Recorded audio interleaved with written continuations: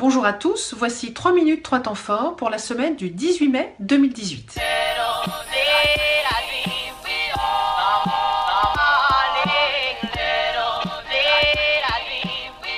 Voilà un an qu'Emmanuel Macron a été élu président de la République et pour ma part, voilà un an qu'a débuté un véritable engagement politique. Et je peux vous le dire, c'est un engagement de tous les instants. Pour illustrer cette première année, je vais vous épargner la liste exhaustive de toutes les réformes qui ont été mises en œuvre. La liste est longue et je ne retiendrai donc que 3 points. La première transformation, c'est celle d'avoir redonné des couleurs à notre démocratie. Alors que nombre d'experts, de commentateurs, de politiques avaient prédit que le président de la République n'aurait pas de majorité, en réalité, l'Assemblée nationale a été chamboulée comme jamais. Je suis très fière d'avoir participé à ce mouvement. De nombreuses personnalités nouvelles ont été élues et surtout 224 femmes. Et cela, on le doit à la République en marche. En la matière, rien ne sera plus jamais comme avant et j'ai hâte que ça change encore car dans les réunions que je mène, je trouve qu'il y a un peu trop de présence masculine.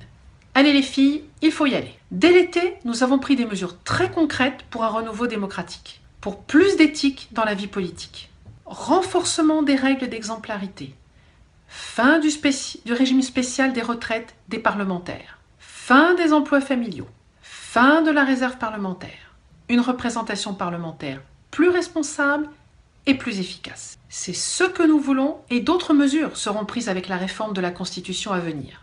La seconde transformation, et pas des moindres, c'est d'en avoir fait beaucoup plus pour ceux qui en ont le moins. Nous menons notamment une lutte acharnée contre le chômage de masse, qui est le fléau de notre pays. Toutes les décisions que nous prenons en matière de droit du travail, de fiscalité, de formation, nous les prenons avec un seul objectif, l'emploi, l'emploi. Ce combat pour la dignité par le travail, nous le menons pour tous, sans oublier les plus fragiles. Et c'est pour eux que nous avons augmenté notamment le minimum vieillesse, l'allocation adulte handicapé et que nous avons fait un chèque énergie pour plus de 4 millions de Français. La troisième transformation sur laquelle je voudrais insister, c'est que la France est de retour. En un an, le président Emmanuel Macron a beaucoup contribué à changer l'image de la France. Nous en sommes tous témoins. Partout où nous vivons, partout où je me déplace, le regard sur la France a changé. Je crois que pour beaucoup d'entre nous qui vivons hors frontières, nous avons retrouvé une forme de fierté d'être français. Des mots M-O-T-S comme renoncement, impuissance, mollesse ont disparu. Et nous avons aujourd'hui choisi l'ambition, l'efficacité, la fermeté aussi, pour redonner à la France un nouveau souffle. Beaucoup de réformes ont été menées et déjà beaucoup de promesses ont été tenues. Et ce n'est pas fini. Pour les années qui viennent, nos objectifs ne changeront pas.